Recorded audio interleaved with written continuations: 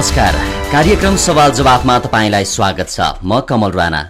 तपाईंले यो कार्यक्रम इमेज एफएम 97.9 का साथै इमेज न्यूज एफएम 103.6 र पश्चिमाञ्चलको लोकप्रिय एफएम रेडियो शालिग्राम 100.6 कुस्मा पर्वत र रेडियो हाम्रो पाइला एफएम 91.6 जाजरकोटबाट पनि सुनिराख्नु भएको छ। कार्यक्रममा हामीले मुलुकको पछिल्लो राजनीतिक विषयवस्तु तथा समसामयिक घटनाक्रममा केन्द्रित रहेर सम्बन्धित व्यक्ति तथा सरकारवालासँग छलफल गर्ने गरेका छौं। त्यसका साथै तपाई श्रोतालाई पनि कार्यक्रममा सहभागी गराउँदै आएका छौं। र पछिल्लो अब समसामयिक विषयवस्तुको कुरा गर्नुपर्दाखेरि राजनीतिक विषयवस्तुको कुरा गर्नुपर्दा संविधान संशोधनको विषय चर्को रूपमा उठिरहेको छ र आज मतदान मार्फत यसलाई चाहिँ टुङ्ग्याउने दलहरूको कसरत छँदैछ। तर आज भने कार्यक्रममा म अर्को प्रसंग उठाउन चाहन्छु। जस्तो डाक्टर गोविन्द केसीले चिकित्सा शिक्षा क्षेत्रमा सुधारको माग गर्दै लामो समयदेखि आमरण अनसन लगायतका विभिन्न कार्यक्रमहरू गर्दै आउनु भएको थियो र यही क्रममा गोविन्द केसीले राख्नु भएको मागलाई सम्बोधन गर्ने सरकारको आश्वासन हुँदाहुँदै पनि रातारात सरकारलाई पनि थाहै नदिकन भन्ने कुराहरू आइरहेको छ। त्यस किसिमको जुन घटनाक्रम अगाडि बढ्दै जाँदा काठमाडौँमा एउटा मेडिकल कलेजले सम्बन्धन पनि पायो र यो सम्बन्धन सँगसँगै अब डाक्टर गोविन्द केसीको मागलाई कसरी पूरा गर्न सकिएला, सँगसँगै माथिमा प्रतिवेदन चाहिँ समेटेर माथिमा प्रतिवेदनमा राखिएका प्रावधानहरू कुराहरूलाई समेटेर चिकित्सा शिक्षा विधेयक ल्याउनुपर्छ भनेर डाक्टर गोविन्द केसीले माग राख्नु भएको थियो। तर अझै पनि त्यो विषयमा सरकारले केही बोलेको छैन। अझ थप मेडिकल कलेजहरूलाई सम्बन्धन दिने प्रक्रियामा चाहिँ लागिरहेको देखिन्छ। आज कार्यक्रममा यसै विषयमा केन्द्रित रहेर माथिमा आयोगका सदस्य एवं डाक्टर मदन उपाध्यायसँग हामी कुराकानी गर्नेछौँ। उहाँ टेलिफोन सम्पर्कमा आइसक्नु भएको छ। डाक्टर साहब, यहाँलाई कार्यक्रममा स्वागत छ। धन्यवाद कमलजी। अब डाक्टर गोविन्द केसी पटक पटक 11औं पटकसम्म आमरण अनसनमा बस्नुभयो। अस्ति 23 दिन 11औं पटकको आमरण अनसनमा 23 दिनसम्म उहाँ अनसनमा बस्दा पनि सरकारले उहाँको माग सम्बोधन गर्ने विषयमा कति पनि लचकता देखाएन। अन्ततः मुलुकले भोग्नु परेको एउटा बाढी पहिरोको प्राकृतिक विपत्तिलाई मध्यनजर गर्दै उहाँले अनसन तोडिदिनु भयो। फेरि पनि उहाँले चेतावनी दिँदै आउनु भएको छ, यदि चिकित्सा शिक्षा विधेयकमा आफ्ना मागहरू पूरा भएन भने फेरि पनि सत्याग्रहमा बस्छु भनेर। डाक्टर केसीको माग सम्बोधन गर्न नसक्नुको कारण के होला जस्तो लाग्छ तपाईलाई? यो डाक्टर केसीको मागहरू सम्बोधन गर्न नसक्नुको मुख्य कारण चाहिँ यो स्वार्थको द्वन्द हो। केही बितेको 10-15 वर्षमा मेडिकल शिक्षालाई व्यापारीहरूले एउटा नाफा कमाउने बाटोको रूपमा हेरे, सेवा भन्दा पनि आय आर्जनको माध्यमको रूपमा हेर्यो।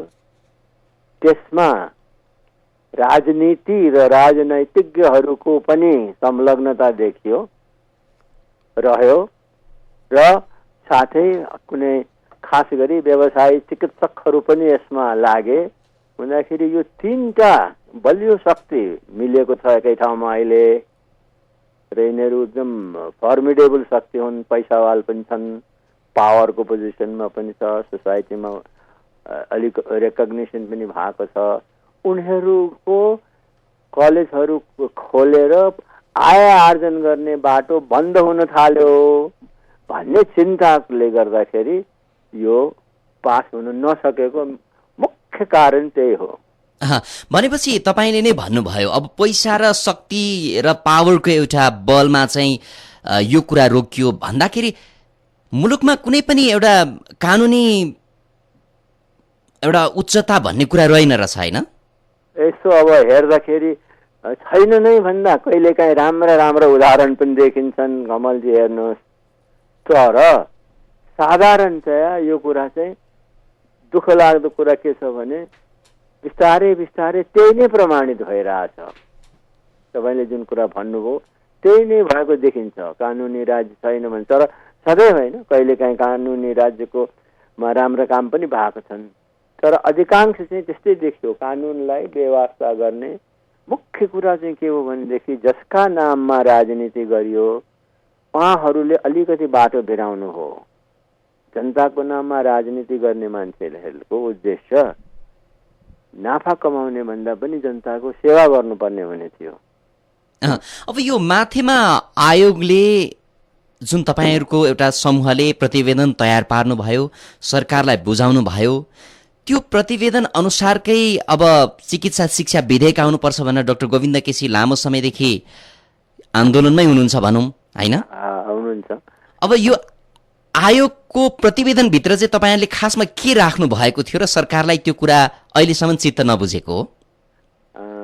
कुन कुन बुँदामा चाहिँ सरकार र तपाईँहरूले पेश गर्नुभएको, राख्नु भएको प्रतिवेदनसँग बाँझिएका कुराहरू छन्?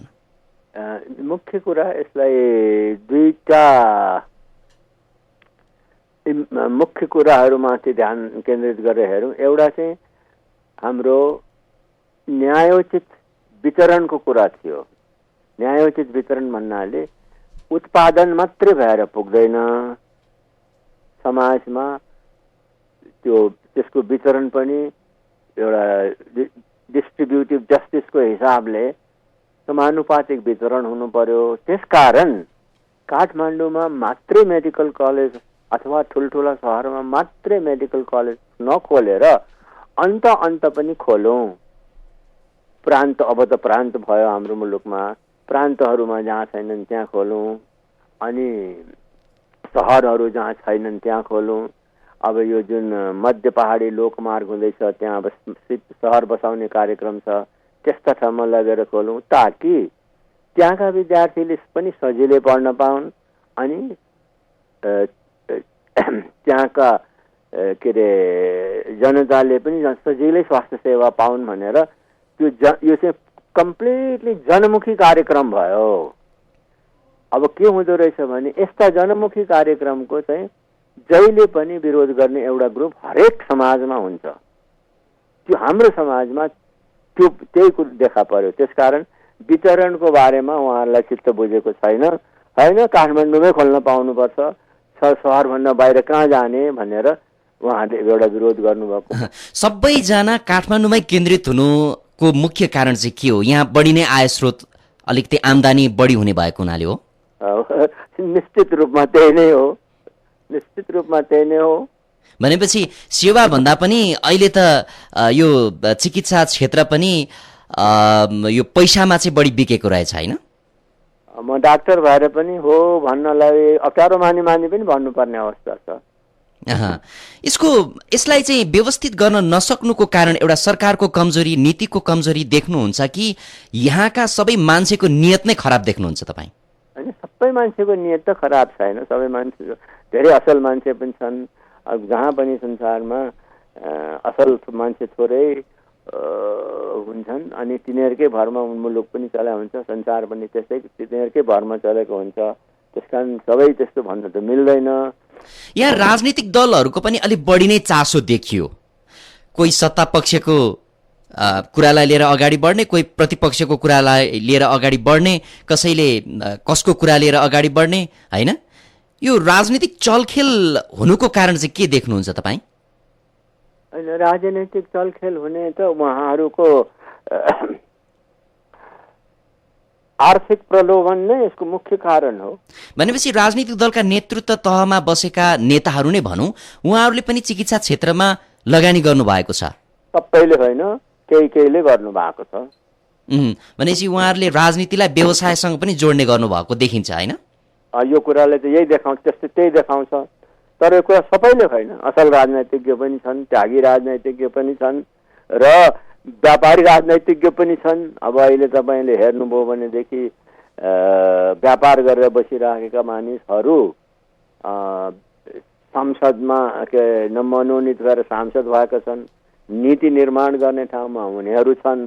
त्यसकारण यो कुरा त देखिरहेकै छ, प्रश्न नै छ। सम्बन्धित विज्ञलाई चाहिँ यस्ता कुराहरूमा संलग्न गराउनु पर्ने थियो। जस्तो तपाईँहरू माथिमा आयोगमा अब एउटा विज्ञहरूको टिम पनि थियो होइन, तर यस किसिमका कुराहरू गर्ने बेलामा सरकारले फेरि अरू नै किसिमका चलखेल गर्ने, बाहिरका व्यक्तिहरूलाई मात्रै समेट्ने अनि आफू अनुकूल रिपोर्ट प्रतिवेदनहरू तयार पार्ने यो काम गरिन्छ नि। यस्तो कुराहरूले तपाईँहरूलाई कहिलेकाहीँ विचलित बनाउँदैन? विचलित मात्रै होइन, धेरै दुखी बनाउँछ है। हामी यसमा धेरै जसो मान्छेहरू अलि पाकैमा उमेरको मान्छे छौँ, कोही धेरै त हामी रिटायर भएकै पनि कैयौँ वर्ष भइसकेको छ। अब उमेर भइसकेकोमा यसो आराम गरेर बस्नु भन्दाखेरि यही कामले गर्दाखेरि माथिमा आयोग बनेको पनि 2 वर्ष 2.5 वर्ष भयो, प्रतिवेदन बुझाएको पनि करिब 20 वर्ष 1.5 वर्ष भयो। अहिलेसम्म निरन्तर त्यसैलाई अगाडि राखौँ भनेर लागिरहेको छौँ। यो तपाईँसँग कुरा गर्नु पनि त्यसैको परिणाम हो।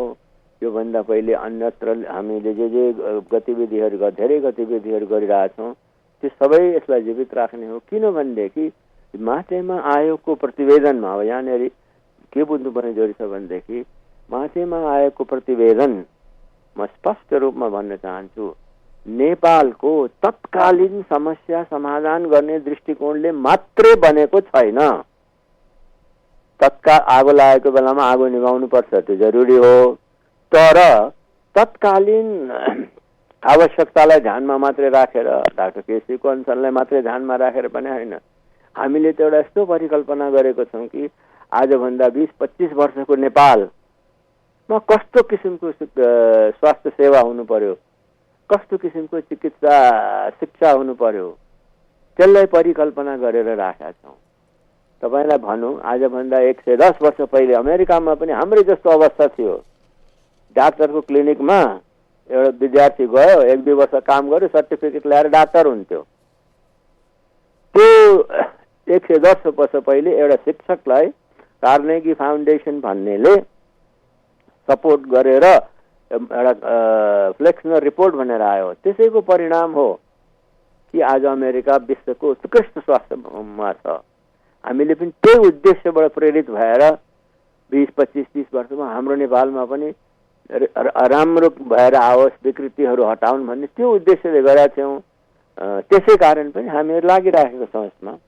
तर डाक्टर मदन, अब तपाईँले यो भनिरहँदाखेरि अहिले काठमाडौँमा जुन अहिलेको पछिल्लो किचलो भनौँ न होइन, 2-4वटा मेडिकल कलेजले सम्बन्धन पाउनुपर्छ भनेर चाहिँ निकै अब एकतिर डाक्टर गोविन्द केसीको आन्दोलन चर्किरहेको छ, अर्कोतर्फ 1-2वटा मेडिकल कलेजले चाहिँ सम्बन्धन जसरी पाउनुपर्छ भन्ने कुरा छ। यसमा सरकारबाट आशय पत्र पाएको र भौतिक संरचना बनाइसकेका कलेजहरूलाई चाहिँ सम्बन्धन दिए पछाडि बन्द गर्दा ठिक हुँदैन? मैले राम्रो बुझिनँ तपाईँले कुरा। जस्तो अहिलेको मुख्य किचलोको रूपमा भनौँ न होइन, 2-4वटा मेडिकल कलेजले चाहिँ सम्बन्धन जसरी भए पनि काठमाडौँ भित्रै पाउनुपर्छ भन्ने माग छ। डाक्टर गोविन्द केसीको आन्दोलन चाहिँ फेरि के छ भने उनीहरूले पाउनै हुन्न भन्ने छ। यो मेडिकल कलेजहरूलाई जसले सरकारबाट आशय पत्र पाएका छन्, भौतिक संरचना पनि बनाइसकेका छन्, उनीहरूलाई सम्बन्धन दिइसके पछाडि चाहिँ अब नदिने है भनेर यो जुन विवादलाई अन्त्य गर्दा हुँदैन? सुन्नुहोस् न, यो कस्तो हो भनेदेखि नि राष्ट्रिय आवश्यकता के हो? काठमाडौँ मात्रै नेपाल हो भने एकदम हुन्छ, खुसी राजी दिए हुन्छ है। तपाईँ पनि काठमाडौँमा हुनुहुन्छ, म पनि काठमाडौँमै छु, अरू तर काठमाडौँको जनसङ्ख्या 10% हो। 10% जनतामा अब अहिले 80देखि 85% सेवा र चिकित्सक यहीँ छौँ। अब अर्को 10% पनि थप्ने र बाँकी जनता चाहिँ अब यो जनता होइन नि, यिनीहरू त्यस्तै हुन्, तिनीहरूलाई के गर्नु पर्दैन भनेर बन्ने हो। त्यही नै राष्ट्रिय नीति हुने हो भने त्यो अब गरे हुन्छ, तर त्यो गर्नुको माने चाहिँ जनतालाई धोका दिनु हो। जनतालाई अरू नेपाली जनतालाई जनता सरह नमानेको हुन्छ। तपाईँले गरे हुन्छ भन्नुभयो, तर सरकारले त यहाँ त गरेकै देखियो। अथवा यहाँनिर पछिल्लो समय हेर्नुहोस्, टियुले रातारात एउटा खारेज भइसकेको मुद्दालाई आधार बनाएर होइन जहाँ बिरामी पनि छैन, चिकित्सक नै छैन, त्यस्तो अस्पताललाई सम्बन्धन नै दिइसक्यो होइन काठमाडौँ नेसनल मेडिकल कलेजलाई। अब यो गलत काम हो। त्रिभुवन विश्वविद्यालय यस्तो काम गर्नु हुँदैन थियो। अब यसको लागि चाहिँ अब के अरे सरकारले पनि विचार गर्नु पर्यो। प्रधानमन्त्री त्यसको कुलपति हुनुहुन्छ। प्रधानमन्त्रीले भन्नुभएको छ डाक्टर केसीको माग पुरा हुने गरी माथेमा आएको मर्म समेट्ने गरी ऐन बन्नेछ भनेर भन्नुभएको छ। अब प्रधानमन्त्रीको निवासमा अथवा कार्यालयमा पनि छलफल त भइरहेको होला नि यो विषयमा गर्नुपर्ने। किनभने सरकार भन्दा पनि माथि उठेर यो टियुले गरेको निर्णयलाई तपाईँहरूले कसरी लिनु भएको छ? डाक्टर गोविन्द केसीले त कुनै हालतमा यो स्वीकार्य छैन भनिसक्नु भएको छ। हामी त्यहाँ टिमको मान्छे त अत्यन्तै दुःखी छौँ, मर्माहत छौँ। यो नहुने कुराहरू भइरहेको छ। हामीले भनेको कुरा भन्दा उल्टो दिशातिर गइरहेको छ। त्यसकारण हामी अत्यन्तै दुःखी छौँ। यो नहुनु पर्ने कुरा हो। यसमा त सरकारको पनि साथ होला नि भित्री तरिकाले। अब त्यो चाहिँ थाहा भएन मलाई। अब जुन नत्र त तपाईँको टियुले एउटा निकायले होइन यत्रो विरोध भइरहेको बेलामा काठमाडौँ भित्रको एउटा कलेजलाई त्यहाँ जहाँ बिरामी पनि छैन, चिकित्सक पनि छैन, एउटा भौतिक संरचनाको रूपमा भवन छ, त्यस्तो अस्पताललाई सम्बन्धन दिने आँट कसरी गर्यो होला र? खोइ अब कसरी गर्यो भन्ने अब यो कुरा त उहाँहरूलाई नै हामीले सोध्नुपर्छ। यो सम्बन्धन दिने विषयमा जस्तो टियुलाई दिने अधिकार दियो होइन, खासमा आइओएमले राख्न खोजेको थियो, यो टियुलाई दिनुलाई चाहिँ तपाईँले कसरी लिनु भएको छ? अथवा कसलाई यो अधिकार दिँदा सन्तुलित हुन्थ्यो भन्ने लाग्छ? होइन यो त चिकित्सा जब यो त्रिभुवन विश्वविद्यालयको पुनर्गठन भएर अध्ययन संस्थानहरू खोले अलग अलग विधाको, त्यही विधालाई जस्तो इन्जिनियरिङको इन्जिनियरिङमा, कृषिको कृषि के अरे इन्स्टिट्युटमा लाई नै यो जिम्मेवारी दिएको छु। त्यही जिम्मेवारीलाई विश्वविद्यालयले आफ्नो सभामा लगेर पारित गर्छु। किनभने यो निर्णय गर्ने ठाउँमा कृषिको लागि कृषिको विशेषज्ञ, वनको लागि वनको विशेषज्ञ, चिकित्साको लागि चिकित्सा विशेषज्ञहरूले गरेको निर्णय हुन्थ्यो। अब के कारणले हो अहिले हाल त्रिवी प्रशासनले यो अधिकार खोज्न चाह्यो? अब चाहिँ प्रश्न भएर आएछ कि यो कारणले पो रहेछ भनेर। आइओएमबाट टियुले फेरि सम्बन्धनको अधिकार खोसेको कारण चाहिँ थाहा भयो। अब त प्रश्नै भए जस्तो छ। उसको नियत कस्तो रहेछ भन्ने पनि बुझ्न सकियो। एकदम क्लियर छर्लङ्ग भएर आएको छ। नियत चाहिँ यही रहेछ। यही गर्नको लागि त्यत्रो हेर्नुहोस्, कुनै जमाना थियो महाराजगञ्ज इन्स्टिच्युट अफ मेडिसिन संसारको 10वटा इनोभेटिभ मेडिकल कलेजमा, लिडिङ मेडिकल कलेजमा आउँथ्यो। आज त्यसलाई बिगार्न, त्यसको स्तर खस्काउन कसरी सक्रिय भएका छन् विभिन्न क्षेत्रहरू र आफ्नै माउ संस्था त्रिभुवन विश्वविद्यालय नै काममा लगाएको छ। हेर्नुहोस् न, दुर्भाग्यको कुरा हो। यहाँ त सपार्नेहरू भन्दा नि बिगार्नेको भिड बढी अथवा बाक्लो देखियो कि क्या हो? होइन, भिड सपार्नेकै छ, शक्ति बिगार्नेको धेरै छ। त्यो कुरा त्यहाँ चाहिँ त्यसरी यसलाई हेर्नुपर्छ। भनेपछि बिगार्ने चाहिँ बढी शक्तिमा पुगे, शक्तिशाली भए। यसको कारण? अब यसको कारण छ, पैसा छ, राजनैतिक शक्ति छ। त्यसो भएको हुनाले यिनीहरू बढी शक्तिशाली भए। तपाईँ हामी जस्तो मान्छेहरू, माथिमा आएको मान्छेहरू भयो अथवा अरू जनताहरू भए, हामी यसमा पैसा खर्च गर्न सक्ने हाम्रो क्षमता छैन। हामीले खर्च गर्ने भनेको आफ्नो बुद्धि र विवेकले देखेको कुरा भन्ने, गर्ने र जनतालाई सचेत गराउने हो। हामीसँग त्यो कुनै किसिमको राजनैतिक शक्ति पनि छैन। हाम्रो शक्ति भनेको त नलेज पावर हो। त्यही नलेज पावर हामीले कन्ट्रिब्युट गरेर गर्छौँ। तर अब त्यो अमेरिकामा हेर्नुभयो भनेदेखि 101 एक्सपर्ट एडभाइजर हुन्छ प्रेसिडेन्टको पनि, विशेषज्ञको राय लिएर गर्छन् त्यहाँ काम। हाम्रो मुलुकमा विशेषज्ञहरू चाहिन्छ, धेरै आवश्यकतै रहन्छ। आफ्ना मान्छेहरू भयो भनेदेखि सबै विशेषज्ञ हुन्छन्, सबै विशेषज्ञ हुने रहेछन्। त्यहाँ राम्रा मान्छे भन्दा पनि हाम्रा मान्छेको खोजी बढी हुँदो रहेछ। अब यहाँ चलेको चलनै भनौँ होइन, राम्रा भन्दा पनि हाम्रालाई बढी हेर्ने गरिन्छ। तर अहिले अब केही चेतनशील व्यक्तिहरू पनि बढ्दैछ त्यो जमात, उनीहरूले चाहिँ हाम्रालाई भन्दा नि राम्रालाई प्राथमिकता दिउँ भन्ने गरेका छन्। खैर यो कुरा छोडिदिउँ। डाक्टर गोविन्द केसी, फेरि पनि अब 11औं पटकको मेरो आमरण अनसन पछाडि पनि यो व्यथिति चाहिँ बढेर गयो। फेरि म अनसनमा बस्नुपर्ने स्थिति रह्यो, सत्याग्रहमा जानुपर्ने स्थिति रह्यो, आन्दोलन पनि अगाडि बढाउनु पर्ने स्थिति रह्यो भनेर उहाँले भनिसक्नु भएको छ। अबको अवस्था के रहला? तपाईँहरू पनि अब उहाँको समर्थकको रूपमा हुनुहुन्छ। एउटा कुरा चाहिँ के भनेदेखि डाक्टर केसीले अनसन बन्द गर्नुभएको होइन। 11 अनसन भोकै बस्ने हिसाबले मात्रै स्थगित भएको हो। त्यो चाहिँ इन्टरभल जस्तो मात्रै हो। यही बिचमा सबै कुरा सप्रिँदै आयो, सचिँदै आयो भने सायद उहाँले 12औं गर्नुहुन्न होला। तर 12औं हुँदैन, त्यो पनि 11औं हुन्छ। 11को दोस्रो संस्करण हुन्छ यो।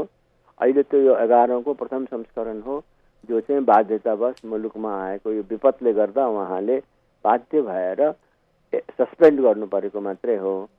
र यो कुरा चाहिँ अब निर्णय भनौँ न, राजनैतिक शक्तिमा बसेको सरकार चलाएका मान्छेहरूले बुझ्नुपर्ने कुरा हो। यो कुरा बुझाउने काम छैन, मिडियाले गर्नुपर्ने हो, गरि पनि राखेको छ। नागरिक समाजले गर्नुपर्ने हो, अझ बृहत रूपमा गर्नुपर्ने छ।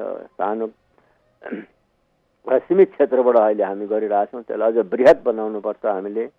जस्तो 11औं पटकको आमरण अनसनमा 23औं दिनसम्म उहाँ सत्याग्रहमा बस्दा पनि सरकारले उहाँको विषयमा चासो देखाएन। त्यही क्रममा अब प्राकृतिक विपत्ति आयो, उहाँले अनसन तोडिदिनु भयो अथवा स्थगित गरिदिनु भयो। अब पनि फेरि त्यसरी नै 23औं 24औं हुँदै महिनौं दिनसम्म बस्नुपर्ने अवस्था आयो भने त डाक्टर गोविन्द केसीको बरु यो सरकारले ज्यान लिने रहेछ, माग चाहिँ सम्बोधन नगर्ने जस्तो देखियो नि। त्यसो नभन्नु, के भएको चाहिँ सरकारले गर्दै गरेन त भन्नु भएन। किनभनेदेखि 19औं 20औं दिन आएपछि त धेरै सक्रिय भएर अनि पछि प्रधानमन्त्रीकै उपस्थितिमा उहाँकै निवासमा कार्यालयमा धेरै छलफलहरू भए, नेगोसिएसन्सहरू भए। त्यहीले गरेर त्यो के अरे अनसन टुङ्गिने प्रक्रियामा पुगेको थियो। त्यहाँ फेरि चलखेल सुरु भयो। अनि पछि यहाँ कस्तो रहेछ भनेदेखि नेपालको प्रधानमन्त्री भन्दा पनि अरू शक्ति नै निकै बलियो जस्तो रहेछन् है। प्रधानमन्त्रीले त लास्ट फ्यु डेजमा है, मतलब सधैँ गरिरहनु भएको भने होइन, मैले लास्ट फ्यु डेजमा त धेरै सक्रिय भएर धेरै भूमिका खेल्नु भएको थियो। त्यसैको परिणामले त्यो ऐन पनि परिमार्जित भएर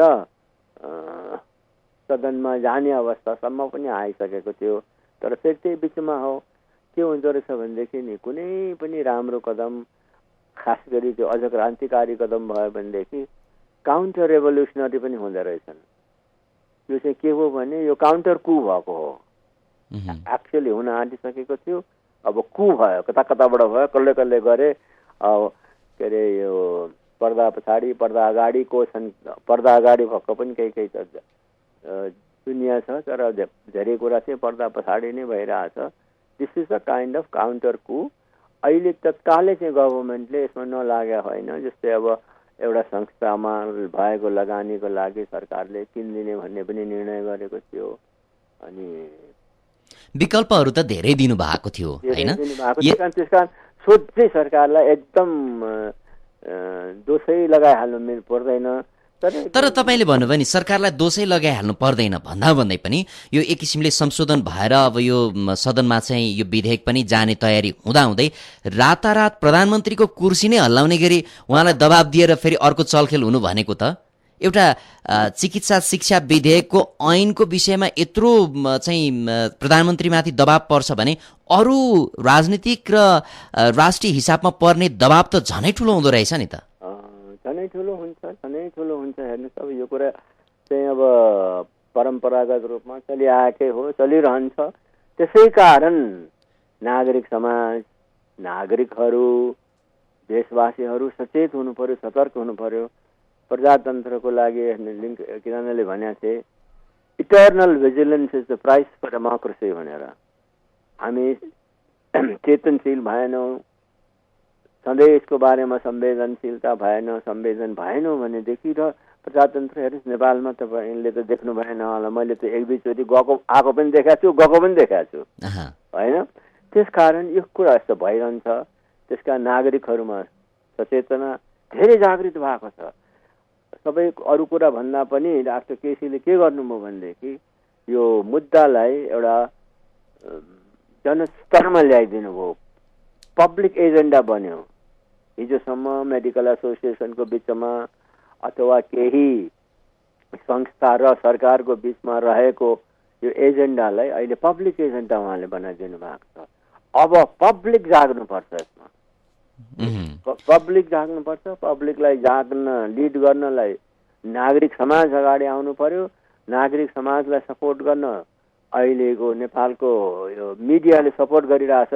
यो मुद्दालाई जीवित राखेर त दुईजना मान्छे हो, दुईटा समुदाय, एउटा डाक्टर केसी आफै हुनुभयो, अर्को तपाईँहरू नै हो, मिडियाले नै हो जीवित राखेको छ यसलाई।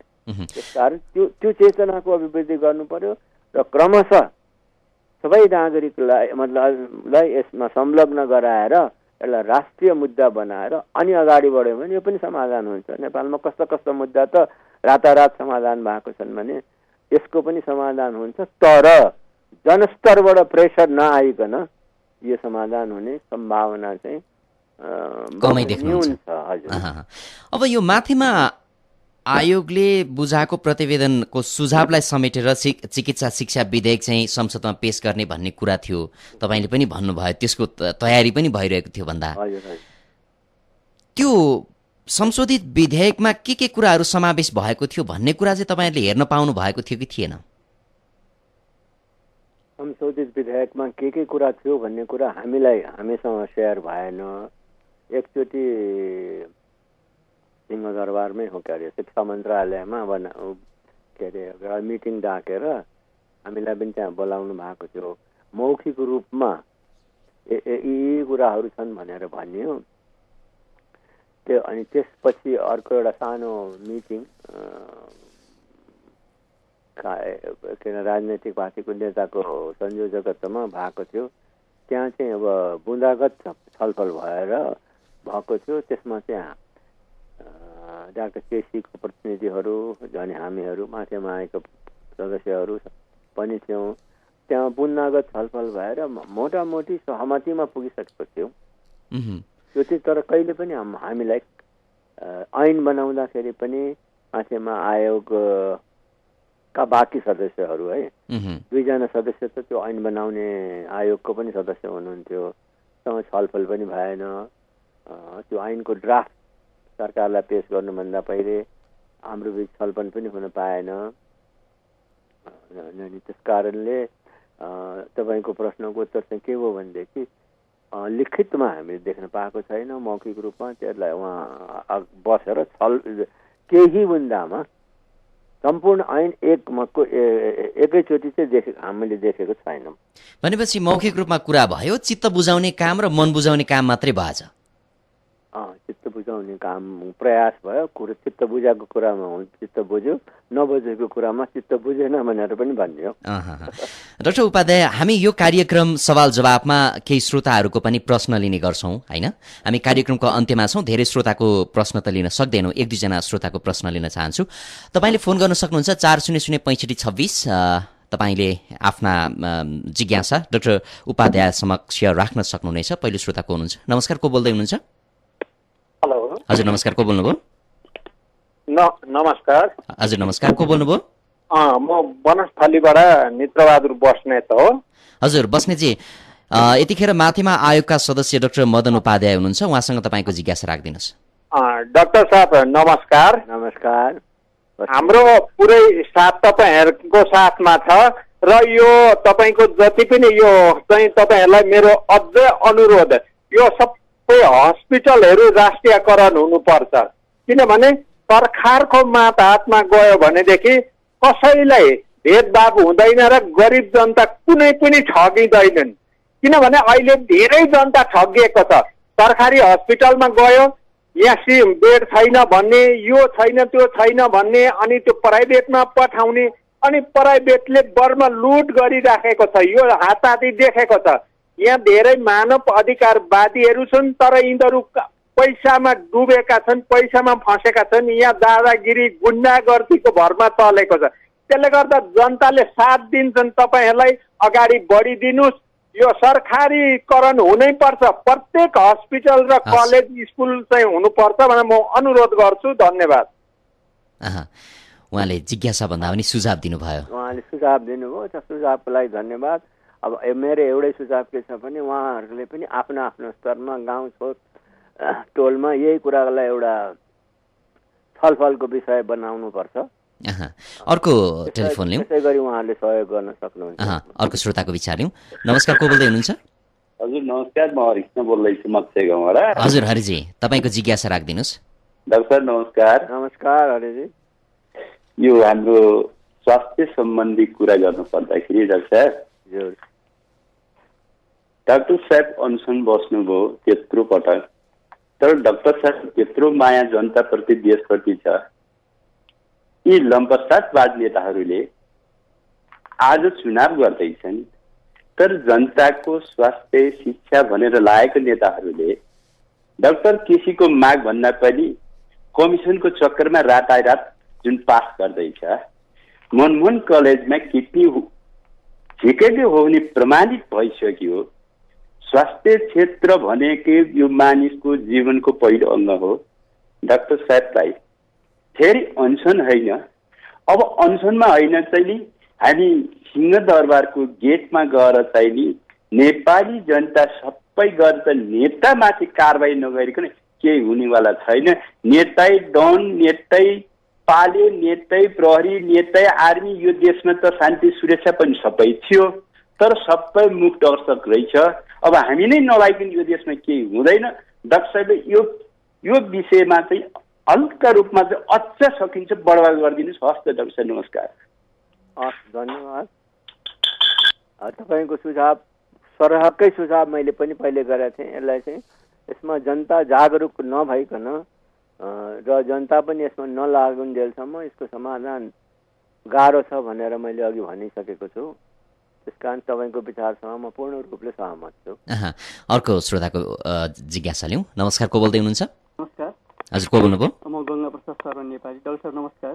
नमस्कार। हजुर धेरै कुरा सुन्यो। म पहिलो पटक डाक्टर साहबको पहिलो अनसनदेखि नै संलग्न छु र हजुरहरूको यो महान कार्यको प्रशंसा पनि गर्छु।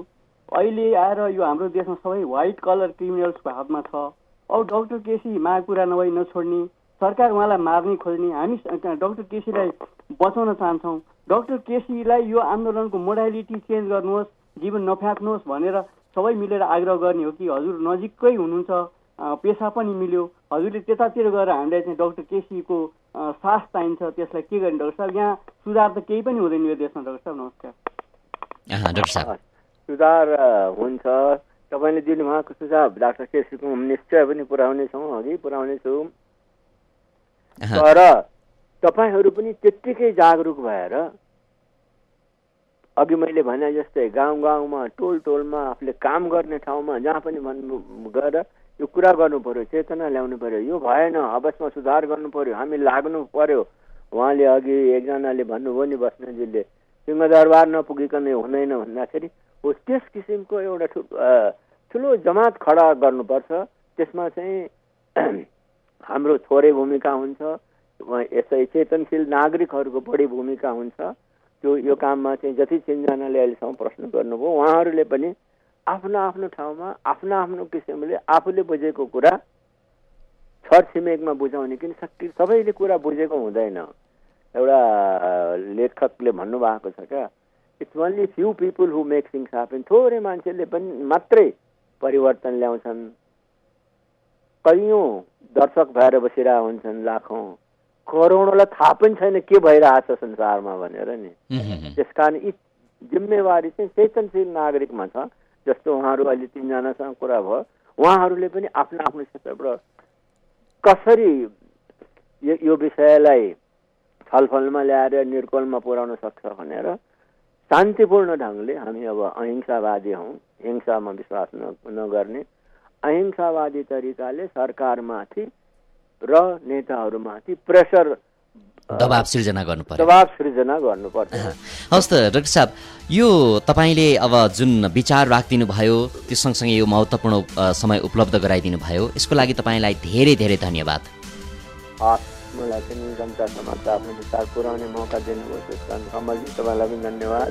हस्, धन्यवाद। उहाँ हुनुहुन्थ्यो माथिमा आयोगका सदस्य एवं डाक्टर मदन उपाध्याय र पछिल्लो समय डाक्टर गोविन्द केसीको मागलाई लिएर जुन बहस चर्चाहरू चलिरहेका थिए त्यसमा पनि डाक्टर गोविन्द केसीले काठमाडौँ उपत्यकाभित्र कुनै पनि मेडिकल कलेजलाई, नयाँ मेडिकल कलेजलाई अब सम्बन्धन दिनु हुँदैन भन्ने माग राखिरहँदाखेरि रातारात फेरि केही मेडिकल कलेजले विशेष गरी नामै लिएर भन्दा पनि फरक नपर्ला, काठमाडौँ नेसनल मेडिकल कलेजले त गुपचुप रूपमा रातारात सम्बन्धन नै पायो, अन्य केही कलेजहरू सम्बन्धनको प्रक्रियामा छ र यिनै विषयमा यसै सेरोफेरोमा रहेर माथिमा प्रतिवेदनभित्र के छ र डाक्टर गोविन्द केसीको माग सम्बोधन गर्न सरकार किन पछि परिरहेको छ, वास्तविक रूपमा के कारणले यो कुराहरू अड्केका हुन् भन्ने विषयमा आज हामीले कुराकानी गऱ्यौँ। तपाईँ श्रोताका विचारलाई पनि समेट्यौँ।